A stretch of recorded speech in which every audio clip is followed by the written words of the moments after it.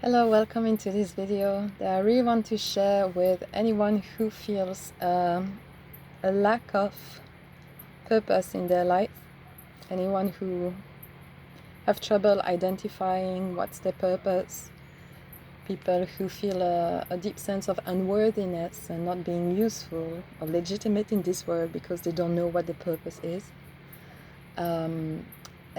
Anyone who feels a sense of despair around the idea of I don't know what my purpose is, I don't know what I'm here for, what is my life for. Just want to speak to that a little bit and put this video out there, available for people. For the personal motivation, one of them anyway, always have the motivation to just share about my realization and my journey and a somatic perspective on it as tools for empowering other people, because I'm a somatic coach and so I love what I do. But another motivation is that in the coaching industry, I see a lot of people selling the product while manipulating vulnerable spots in the public, in the audience, and so I'm really pissed at that. Actually, it's really something I do not appreciate at all, and so I just wanted to put this out there. Another narrative around the fact of the need to have a purpose in life, or the way it's being used as a selling point from other coaches. Because I really do believe you do not need to know what your purpose is. And you take that as you want. It's either you do not need to know what your purpose is, or you do not need a purpose, simply. To not know what your purpose is a non-issue. It's not an issue. That's what I want to start with. It's not an issue. However, if there's a question there in your body, let me just slow down a little bit, because I tend to have multiple voices in my head and then I jump from one to another, and that makes a confusing video. So let's start slowly. I consider everyone as a somatic process. We are all becoming from one moment to another. And we all make sense. And so when we hold that question in ourselves, what's my purpose? What is my life for? It's going to make sense for you on a level that belongs to you, that is personal to you, and it's going to actually tie down to something much deeper. So that question, what's my purpose?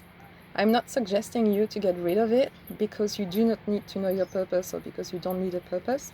I'm not suggesting to get rid of it. I'm suggesting go deeper than that, because eventually you do not need to know what your purpose is. But that doesn't get rid of the question. What I would be interested in, so I'm inviting you to that contemplation, is to actually observe in your own body, in your own process of being a human being, what is that question tied to? Where does it come from?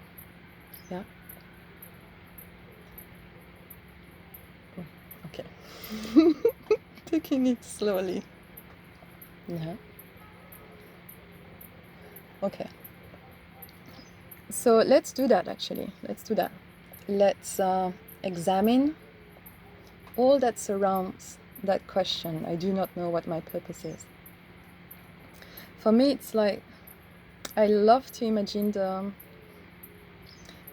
represent the body in my mind as an ocean, or that our being is like an ocean. And there are things that are on the surface, there are things that are a little bit more under the water, and there is also the bottom of the waters, there's the bottom of the ocean.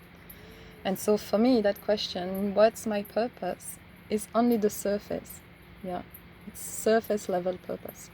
The purpose is at the level, the surface level, and what I invite you is to follow to trace down where does it come from deeper, all the way down maybe to the bottom of the sea. And so that's another thing really important, to not get rid of your question and to not get rid of what you're feeling, because this is going to help you go all the way down and identify why it is that you feel the way you do. What's the deeper message here? And that's also why I'm so pissed at those coaching, selling or marketing strategies, because they will invite you to actually not feel what you feel and sell you a very easy, quick fix product that will actually not fix anything, just put another surface on what was already at the surface, and then you still stay with a whole unexplored aspect of yourself that will come back at some point and bring out another level of despair or disappointment, whatever. So this is about going deeper into yourself, and in a way that is as gentle as possible and feels as safe as possible and as loving as possible. Yeah, we're not rejecting any part of you. That's why we don't get rid of the question, what's my purpose? We just go under it, we go deeper. So the way you could go deeper is to start to realize what surrounds that question. Yeah, in the sea of your body, in the sea of your being, what surrounds that question? So if you take a moment, if you were looking at the screen, look away, or look into emptiness, or into a color, into the sky, and bring that question to mind. Let it echo in your body, and observe what happens when you tell yourself that sentence of I do not know my purpose, or what is my purpose, what is my life for, what is this all for? See what happens. What's the echo of that? And many things might happen, right? There might be emotions around that, there might be sensation around that, there may be a whole narrative around that. And if you can, I would even invite you to actually note down all of that, write it down, and observe your body. Is there a change in how you're holding yourself? Suddenly maybe the shoulders drop, or the breath gets shortened, or there's a just lack of tone, there's a dropping, there's a collapsing in yourself, or there was, I don't know, like a big sigh, like so heavy to bear, this question. Like, how is this question transforming the landscape of your body? What's happening inside? I would typically like drop my shoulders because it's a sense of heaviness, yeah? So the sensations that come with that, what are they? Do you feel colder? Do you feel warmer? Do you feel heavier? Do you feel a lack of support? Like suddenly gravity is so much stronger in pulling your body down. Like suddenly you're not friends with gravity anymore, it's just pulling you down. Does it even kind of create some fog in your mind or in your head, like you have a headache? Do you feel tired suddenly? Does it energize you at all? Does it give you some sense of tingling somewhere that would be... Is it exciting, or is it like anxiety? Yeah, identify that for a moment. The change in the posture, in the body, how it holds itself, how it holds the question. And then the sensations, and also if it's too hard to hold at the moment, like that question, you can, an exercise I love to do when something is too near, suddenly the experience is too near, it's hard to go through it because it really affects me emotionally or physically. Like dissociate yourself a little bit, like put yourself in a TV screen, like duplicate yourself, put yourself into a TV screen and observe what happens from an external point of view. Yeah, you don't have to bring yourself down for this video, okay? And observe also maybe emotionally what's there. What's there? Uplifting energies, or the contrary? Is there a sense of fear? Is there a sense of anger, or anxiety? look at how, with that question, there's a whole narrative linked to it as well. And there's a whole narrative. It's interesting, I feel, to use the timeline here. There's a whole narrative concerning of how you've lived your life so far. So there's the way you look backward on your life and looking in the past, and the way you suddenly see all you've done, quite in a not so uplifting or positive way, looking all the way you failed so far, basically, all the way you did not accomplish this or that, the way you still did not manage to, whatever that brought you to this moment, that you don't know what your purpose is, and so you basically, you're a failure now because you failed in the past. So there's judgment of the present situation, of where you find yourself in, or where you find yourself at, with the inability to know what your purpose is. And that is also influenced by how you look at your life backward. And important as well, how you look at your life forward and feel like you'll always be a loser, maybe, for example. It's quite important to realize how we're using our imagination, because the future is not here. We don't know what the future holds, yet we imagine it based on how we view our past and how we sense our present. So we imagine our future and we tell a narrative, a story about the future, and usually not such a good way. So that's part also of all that surrounds that question. What's my purpose? What's my life for? And because there's a lot of teaching there's a lot of wisdom, it really helps us to go to the bottom of the sea, to the root of it. It's important to keep the question intact and to analyze it, to see what it's tied to, what does it come from. It comes from that whole somatic embodied state where you are right now, if you're doing this little exercise, of a certain use of your imagination, a certain way to look at yourself now, in the future, in the past. It's tied to some beliefs. Can you identify those beliefs? It's tied to some emotions, the way the body is holding that questions as well. It's tied to some sensation. And all of it is so important. That's why do not get rid of that question. Let go of the need to answer it, because ultimately purpose is just a marketing strategy. Believe. But we'll go through that in this video.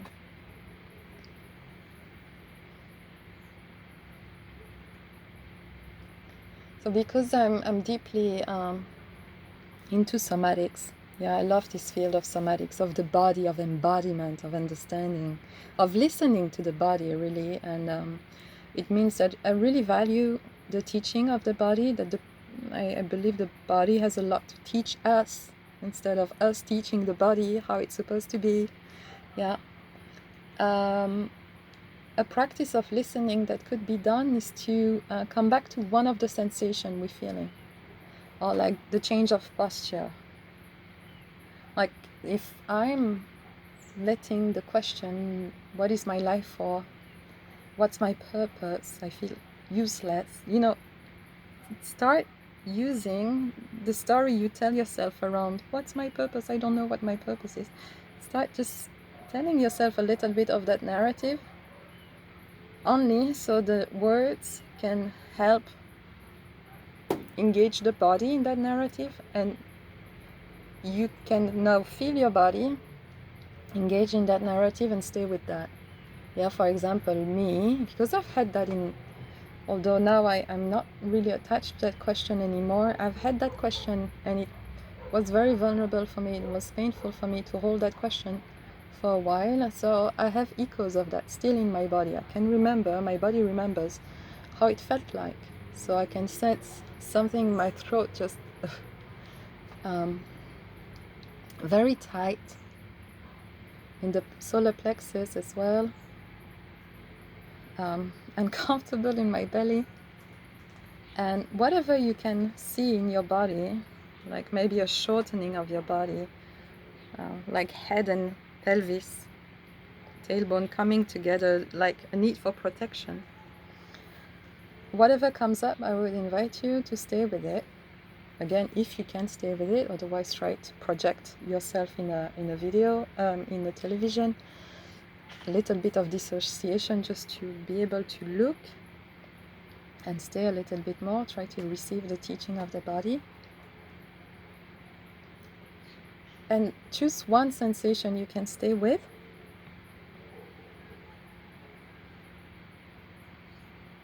And the invitation is to talk with it. What is it about?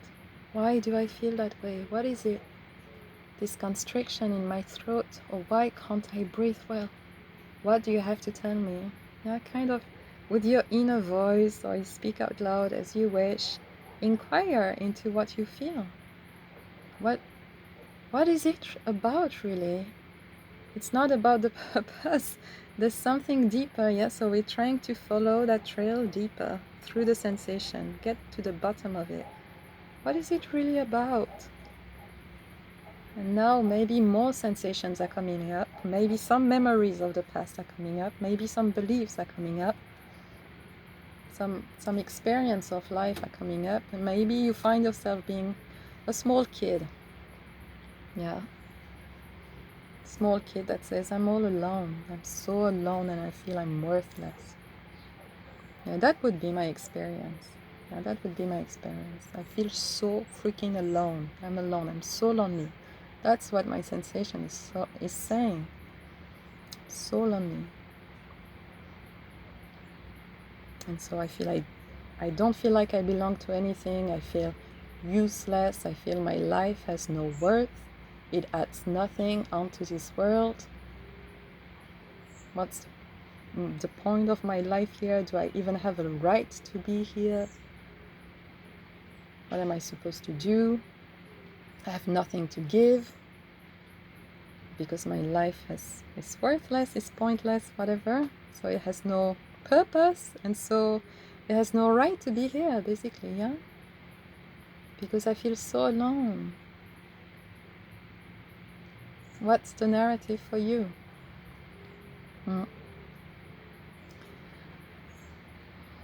Take your time.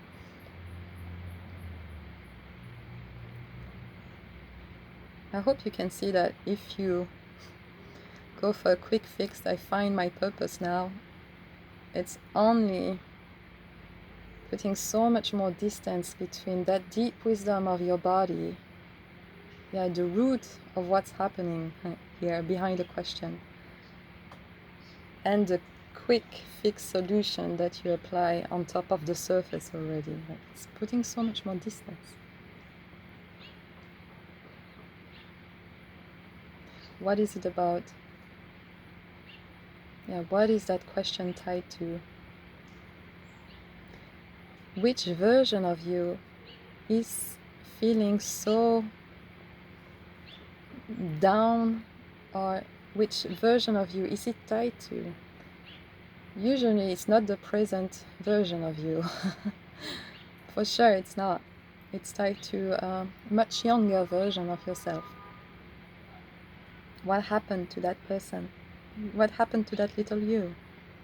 With that younger you? Maybe it was adolescent, maybe even 20s, I don't know.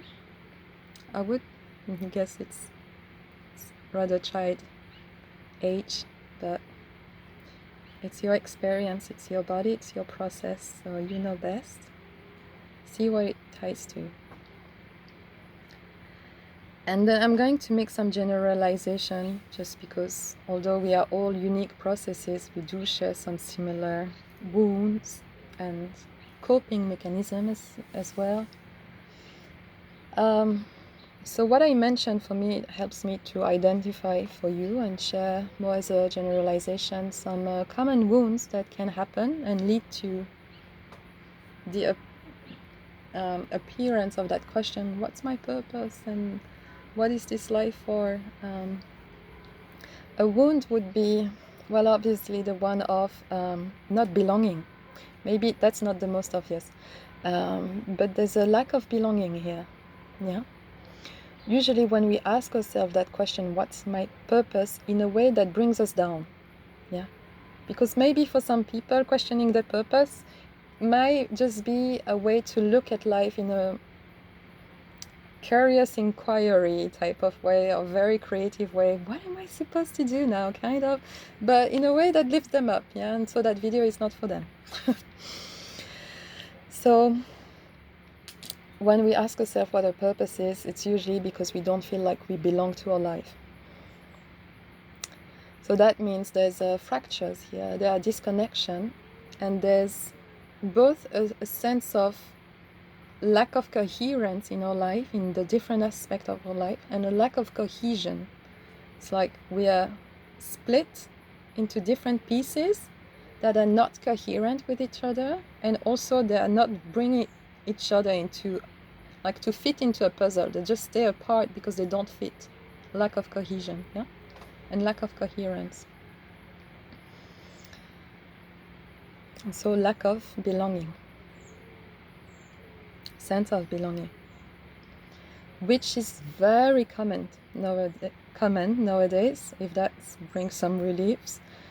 And sometimes it helps to know that you're not alone into this. There are many people there that feels a lack of belonging.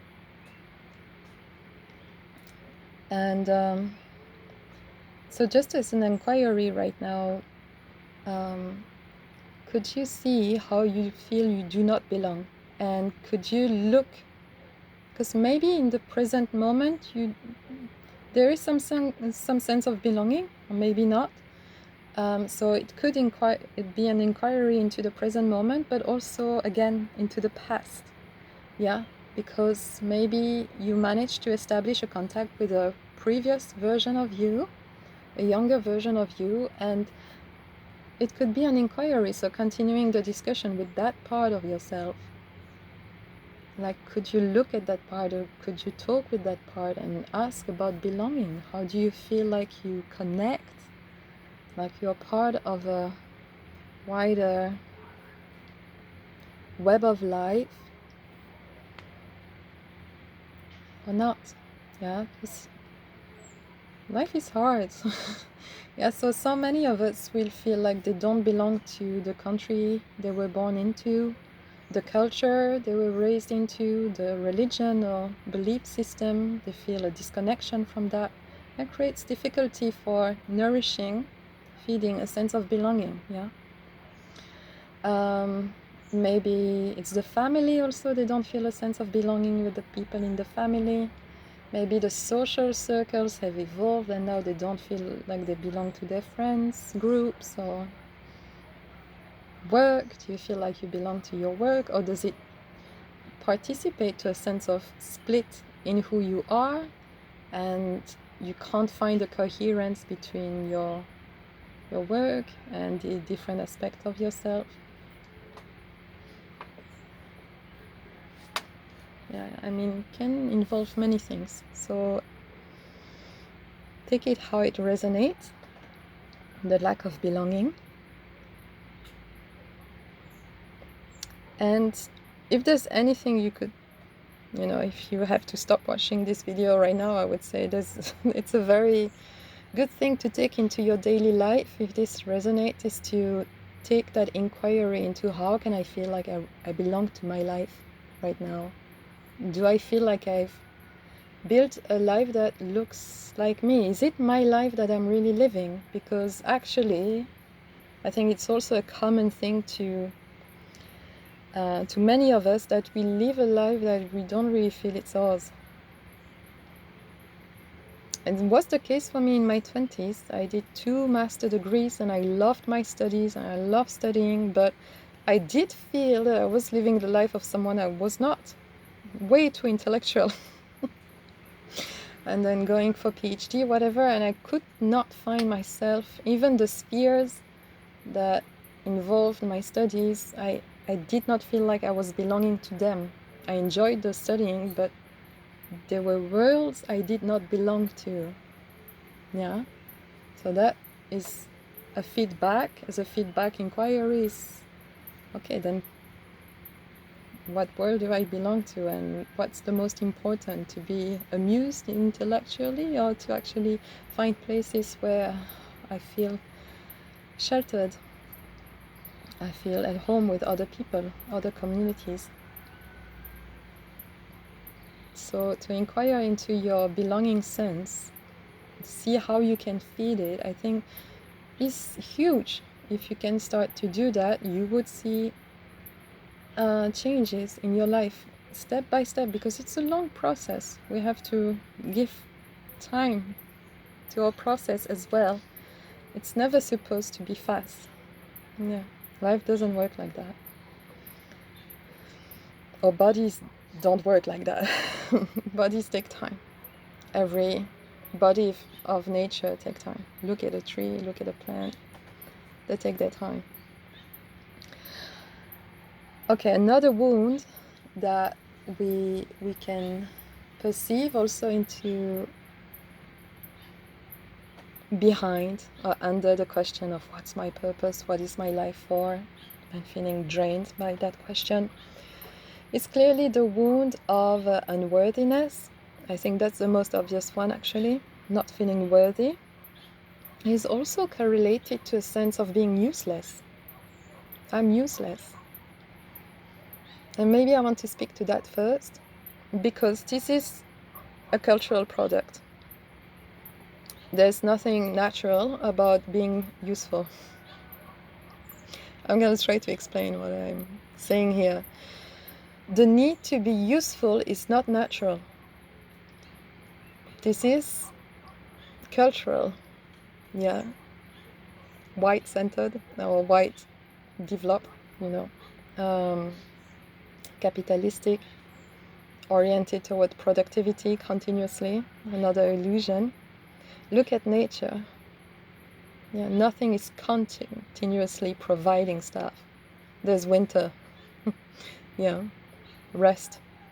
There's a whole cycle of season. It makes so much sense. You cannot produce continuously. You will exhaust the land. You will exhaust resources. It's not a natural pattern. Yeah, and so that question as well, although it's helpful, it's not natural pattern. What's my purpose?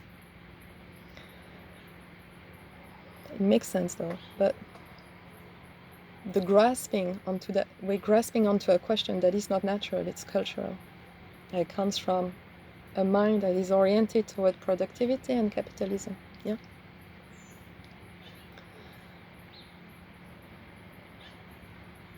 I'm slowing down again.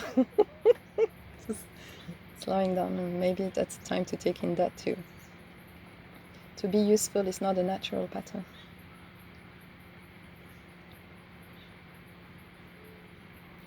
Yeah, there's a little story that comes to my mind right now that I read in a book years ago, and I did not check the scientific study it was based on. So maybe you do the research, but I love the story. I never forgot it. It was about, I believe it was scientists studying a colony of ants. Yeah, I believe it was ants and not bees, but I might be wrong. Anyway, I will continue with the ants. And they observed that there's something like 10 to 15% of the colony that seems to serve no purpose. That seems to have no purpose. They don't contribute to the functioning of the colony. They're purposeless. They're pointless. They're useless. Straight up useless ants. Okay. So it appeared to be, so it appears. So we interpret things. Because then the scientists went on and removed that 10%. They were like, okay, what happens if we remove the ants that seems to be purposeless, useless? Maybe the colony is going to function better, yeah? Well, it did not, and actually it collapsed. It collapsed. So I found a story here that echoes the fact that to be useful is not natural, and it's actually useful to be useless. I'm not saying you're useless though, but to have moments where we feel we are useless, maybe these are very helpful moments in our lives. Maybe they are very productive moments in our life, and we just misunderstand them. Also, I like that story because it just invites us to a lot of humility, of recognizing that we don't know. We just don't know. Yeah, we don't know what useless is for. To feel useless, we don't know what it's for. Or to not have a purpose or whatever, we don't know what this all means. It's hard to have very meta vision on life. There's so many things, I would even say an infinity of things we don't know and we will never know. Yeah. I love a question in a somatic discipline that is called continuum movement. The founder, Emilie Conrad, said a few times in the courses I've watched of her or podcast I've listened to, she says a few times, like, we do not know what the body is for. And what I love is that there's no answer that we try to bring in, like, what's the body for? It's a question we might have. We don't try to answer any question because we accept from the start, I will never be able to find an answer because there's so much I do not know. We do not know what our life is for, and that's great. We don't have to know. Like, just consider your life for a moment and how one or more people that you may know well or that were strangers had such an impact on your life that it made you become a better person, or it enriched you, it enriched your heart in a way they will never know. They will never know how much the impact on you has been so beautiful. And maybe that person is thinking, I'm so useless, I'm purposeless, I don't know what my purpose is. And in the meantime, they make your life more beautiful. We don't know what our life is for. We'll never know the impact we have on people. Yeah. It doesn't make us any unworthy. It doesn't make us worthless. Yeah. So the same way there are people who impacted your life in beautiful way, be sure you did too on other people, and they might never have told you, or you might never have known, but you did. And how did you do that? Just being yourself. Yeah, being in your nature, being in who you are.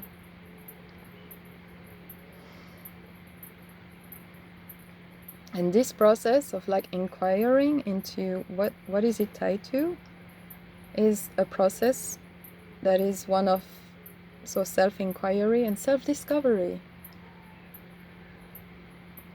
And that's the most important thing, I believe. It's to know about who you are, to discover more and more about who you are, even though I don't think we'll ever end that. We're dynamic processes, we're continuously shaping ourselves and becoming, so we never know fully who we are. But just that process of listening to our heart, it's the most important thing. Not trying to make our inner child be a different way. Yeah, knowing to know our heart. And following what we hear. Following who we are. I can't help but really think about trees. Like you see in the background or like anywhere around you. And the fact that, yeah, asking ourselves and beating ourselves down because we don't know what our purpose is and feeling really down about that. Like, you never see a chestnut tree or whatever. You're like, oh, why am I a chestnut tree? To be a chestnut tree, you're here to be a chestnut tree. Yeah. Any flowers there. Why am I not a rose? Would say, I don't know, a tulip. No, you're here to be a tulip, and you're here to be a beautiful tulip, just as you are. Yeah, and you're useful as your, in your unique embodiment of being a tulip, of being a rose. Just be your process, embodying. And I think that's how you'll actually have the most impact on other people, if you want to have an impact on people. And that's also a reminder that you never know what your life will be for, who you will impact. And so make space for that unknown, actually, for that not knowing. You don't know what are the fruits of your action. What is sure is that it will bear fruits. Every of your action will bear fruits, and some people call that karma.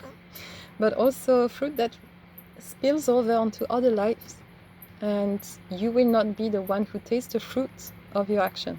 Other people will.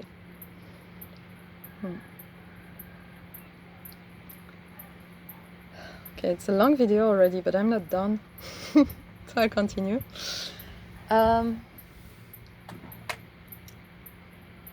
What do I want to continue with? Okay, maybe some poetry, because suddenly I'm a little bit lost in everything I've shared. Some poetry for people who resonate with poetry. I sure do, and so that's why I share. Because I find it amazing. Okay, maybe just to tie in the connection with what I was saying about you knowing your own heart. Yeah. Because your heart is going to tell you.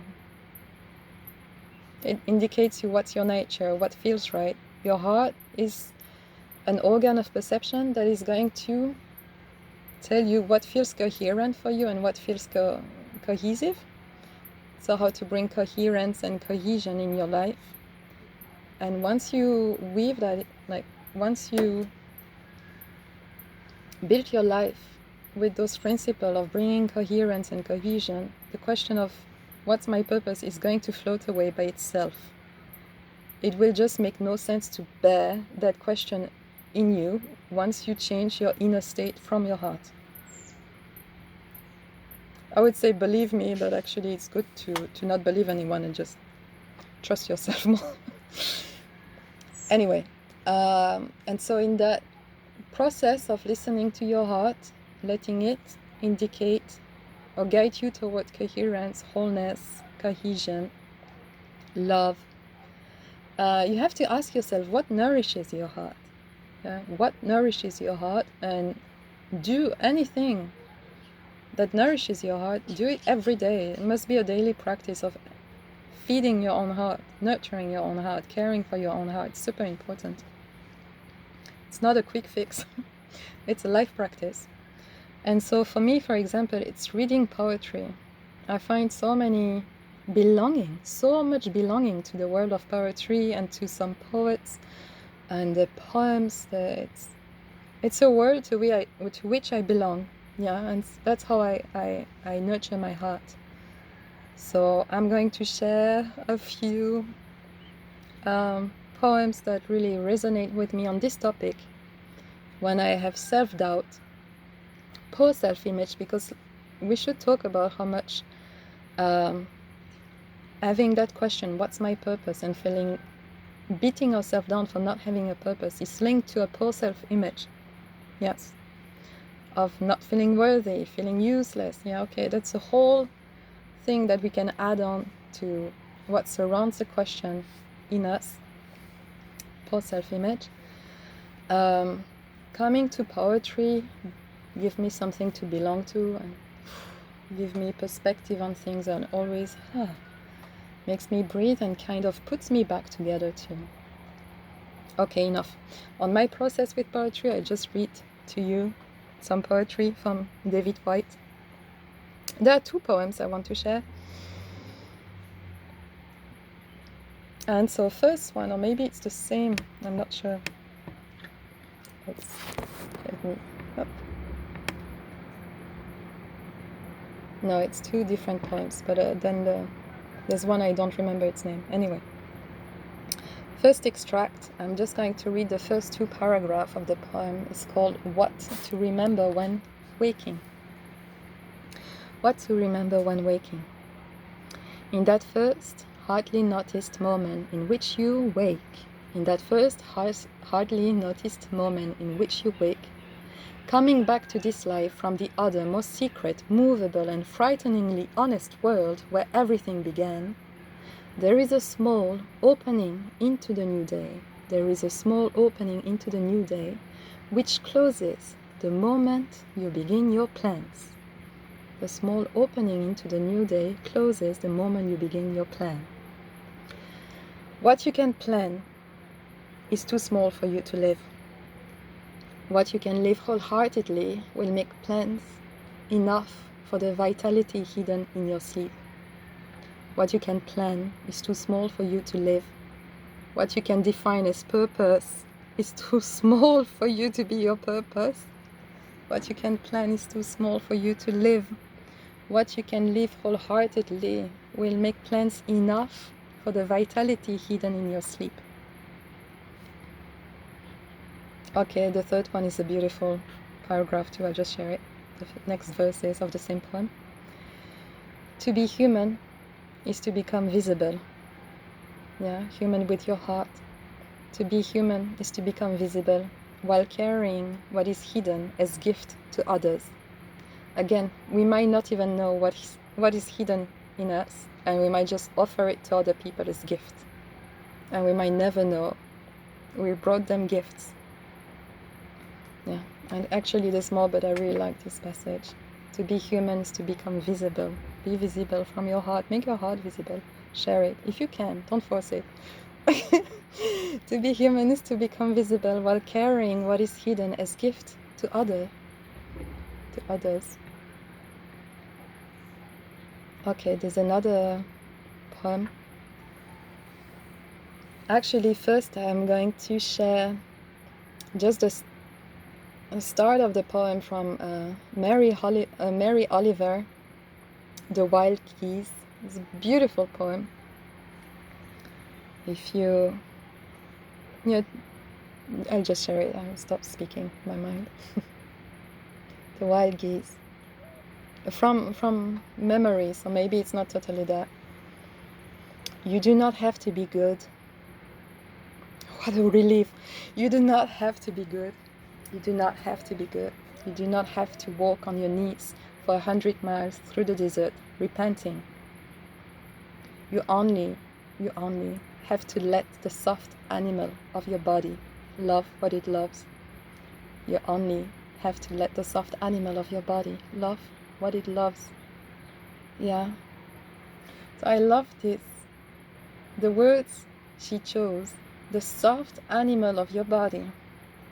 So there's something about like leaving the obsession of the analytical mind that will examine the value, that will determine the value, that will, the value of your life if you can figure out what your purpose is, which again, this is very ego-centered.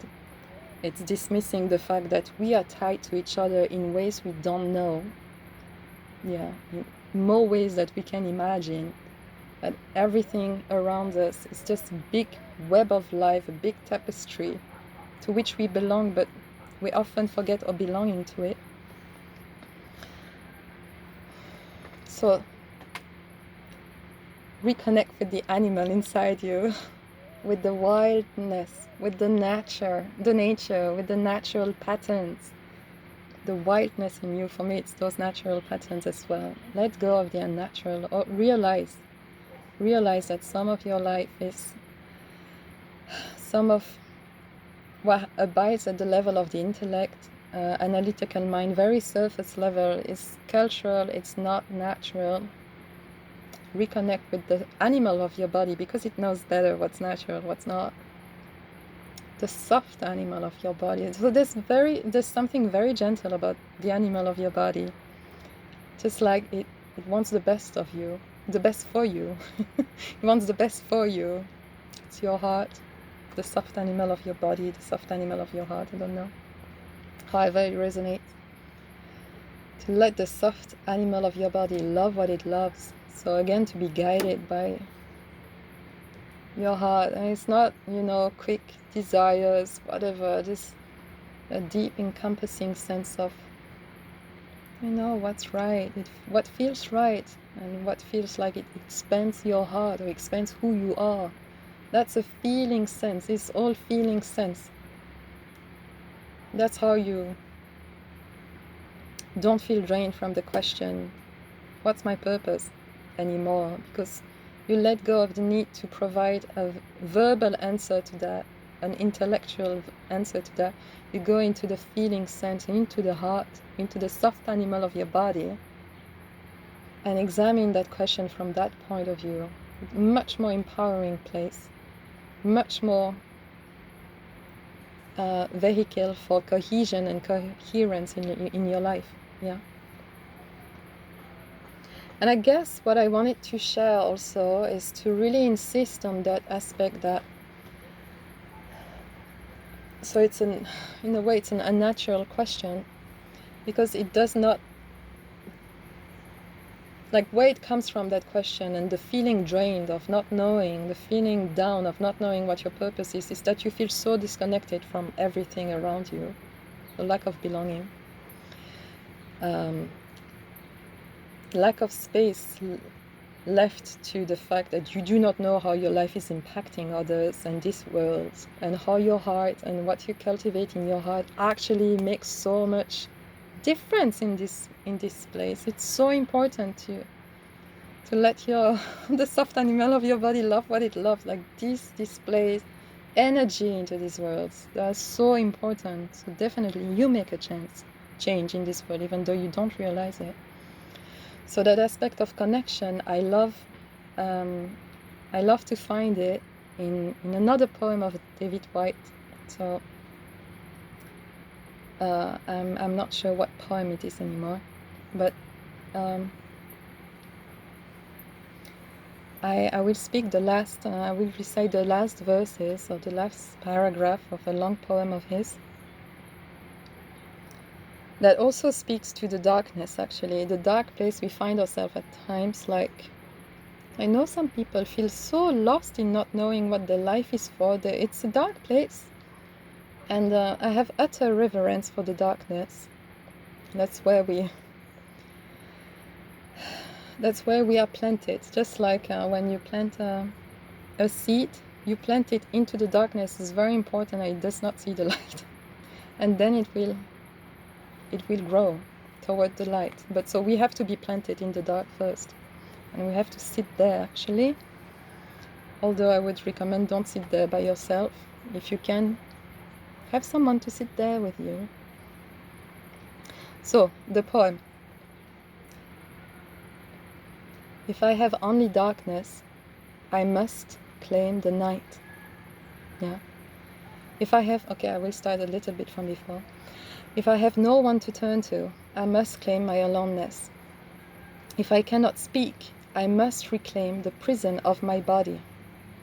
If I have only darkness, I must claim the night.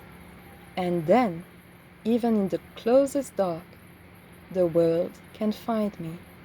And if I have honor enough for the place in which it finds me, I will know it is speaking to me and where I must go. Watching the geese go south, I find that even in silence, and even in my home alone, without a thought or a movement, I am part of a greater migration that will take me to another place. If I have no one to turn to, I must claim my aloneness. If I cannot speak, I must reclaim the prison of my body. If I have only darkness, I must claim the night. And then, even in the closest dark, the world can find me. And if I have honor enough for the place in which it finds me, I will know it is speaking to me and where I must go. Watching the geese go south, I find that even in silence, and even in stillness, and even in my home alone without a thought or movement, I am part of a greater migration that will take me to another place. Okay, I love this poem, and I think it would be nice to just finish on with this one. Finish on this, because then poetry also opens your imagination and make you wander further on that path of inquiring into that question, what's my purpose? Not to answer it, but sinking under, to find, to bring coherence and cohesion into your being. Yeah. All right. Let me know how this question resonated with you. If you want a somatic help to go through that, somatic coaching, I'm happy to, although I do not share this video for this purpose, but just so you know, there are tools and you can find them in some people's coaching or other